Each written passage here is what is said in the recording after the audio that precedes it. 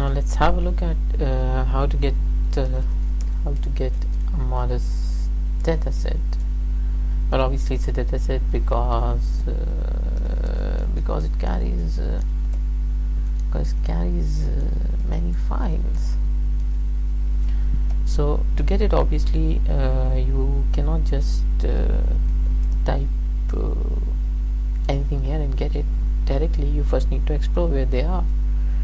Now the place that you have them is the Goddard Space Flight Center, the one that you can see here. It's lartsweb.nascom.nasa.gov where you can actually find it. I'll copy paste it here for you so that you can see it here. Yeah, this is the address that you can go to.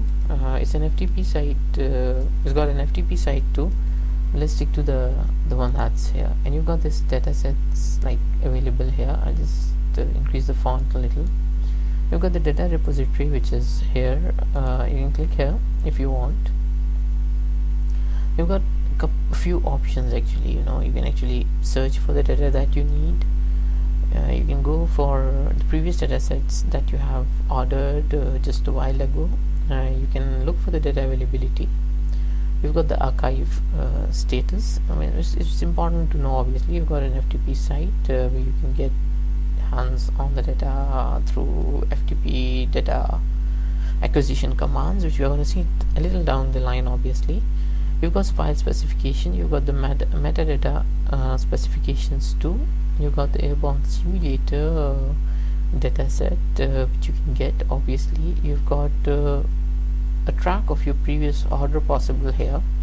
So if I would like to see if there's something that I had ordered, I'll go here to this link. I'll type the email address that I ordered it with. There's my email ID. A search, and I don't get anything. So obviously I haven't submitted anything. Let's say if there's something that I had submitted maybe some time ago.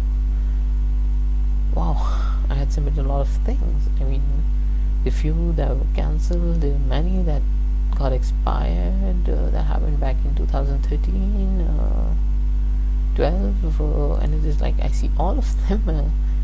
I've been doing a lot of things down here. I didn't realize that. Now I've done 2011 and then 2009. So there's a lot of data that they had actually, which was probably of use to me. I'll go back to where I was. I close this. I'll go to the search option now. So this is how you can track records and what I had been doing, obviously. But if you don't want to look at that, obviously you can look at what you have been ordering at the large web. Now this is the dataset search interface that you get. You got the dataset type that you can order. Well, obviously there you go. You got the level of products, so you need to know what level of product that you need. You see that there's a variety of satellite instruments, the Terra, obviously the Aqua, and then you obviously have got a group of datasets available for individual instruments. You can change the instruments, and the dataset types that you're going to get down here are going to change accordingly. I'll stick to the Terra MODIS. You've got these dataset types. Now the level 1 product actually are of a variety. Now this is the one that's very critical, obviously the geolocation product. So if at a certain stage you want to georeference your dataset, you're going to need this one. Let's say I click on that. Then I needed a level 2 product, which is the raw swath dataset of MODIS, which is the mod09 data. So I'll click on that too. So now I have two datasets that I have ordered. One is the level 1 product, which is the mod 09 mod 03 geolocation product, and the other one is obviously the mod 09 product. So I have the level 2 product, level 1 product, both grayed out here. Both have been selected, and now when I'm selecting another product at the same time, I need to press my control button and then click left here on the dataset that I want. So it will select more than one dataset for me, the way that you are seeing them at the moment. If I want a third one to be selected, I click on my control. I had pressed control, and at the same time I pressed the left mouse button. If I want to unselect it, I'll press control again, click on this one, and it reverts back to the first two dataset that I had picked up. Now if I change the product type and go to some other product type, maybe this one, these two remain selected. They don't change unless I click on them and do something else, well, which I'm not gonna do at the moment. And then obviously I've got the date and time range, which I can specify. I would be very comfortable specifying a particular date and time, an individual date and time. So I would like to look for a data set for maybe 8th of 2000, like 8th of March, or let's say 16th of August 2010. So you've got like the month here, you've got the day here, and you've got the year that follows. Sorry for that. And you've got the year, month, you've got the month, you've got the day, you've got the year. That's the format that they require you to type, so you do accordingly. You select the MODIS collection type. I want the MODIS at level collection 5 datasets, so I click on that. Now I want a global search. I want a specific tile. Now I need to know which tile I need. Obviously, for that you've got a sinusoidal grid as such available for download. You can pretty much look for that online and download it and pick out the tile that you would need.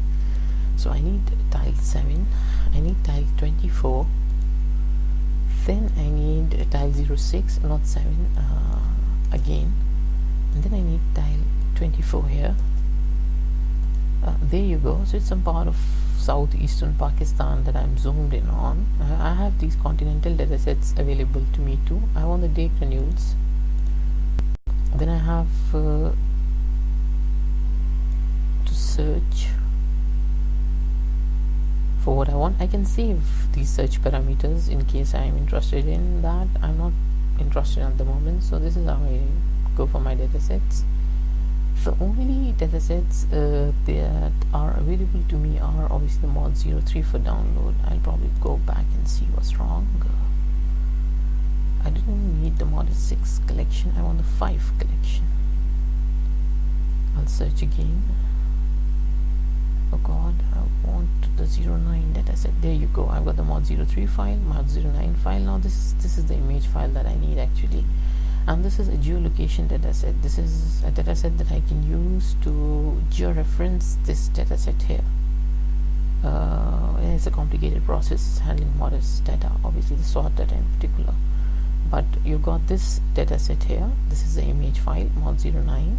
It's got like those 36 bands that you talk about. It's 368 MB in size, and you've got the geolocation file, which is about 32 MB in size, almost standard 26-32 MBs that you can get download. And you can look at the surface reflectance values. You can actually pretty much see the RGB of this individual image here. There you go. Oh, there's quite a lot of effects over there. There's a lot of clouds. Well, no wonder it was full of rain in Pakistan at that moment.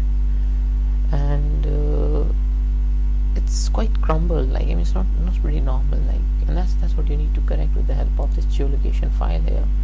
It's not georeferenced at all. It's the raw reflectance that we are looking at. It's taking some time to load, obviously.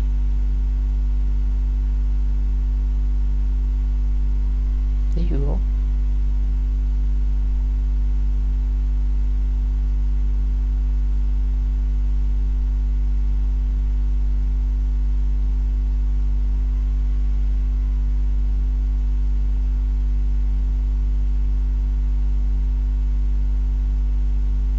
Wow, it's a massive data set. It's a lot of information if you see for a geospatial scientist. Well, a lot of clouds I see. There, this is the Indus Delta. I see these formations here. With the river Indus, probably river Indus mouth. I'll have to confirm that. I can't say it with all that surety unless it's properly georeferenced. And this is this typical bow tie effect that you see on the image. So when you get the HDF file, you geo-reference it, geo-correct it, and you are good to go. Well, the file was a low resolution dataset. This is another alternative obviously to getting your hands on MODIS dataset. This is this FTP site that they have. It's like the FTP labs web .nascom.nasa.gov, and before this I'll go back to this one again.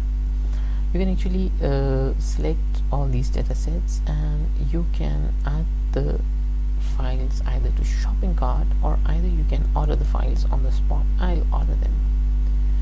You give them your email. There you go, Mr. Salman, and the moment you give your email, you've got either an option to get the FTP pull, like download it, or get them automatically pushed to an FTP server, which has to be open server, obviously, where they can where the large people actually can put data online without requiring certain authentication protocols. Well, I don't have this facility, so I'll rather use this one, and I'll say order. So yes, like there's 3 files which are already the geolocation files. Obviously they're ready, I can download them, and then obviously there are 3 files that are additional, which I cannot download because they're not ready at the moment. I'll get an email from these people telling me when they are ready to download. Stay tuned, there's a lot more coming.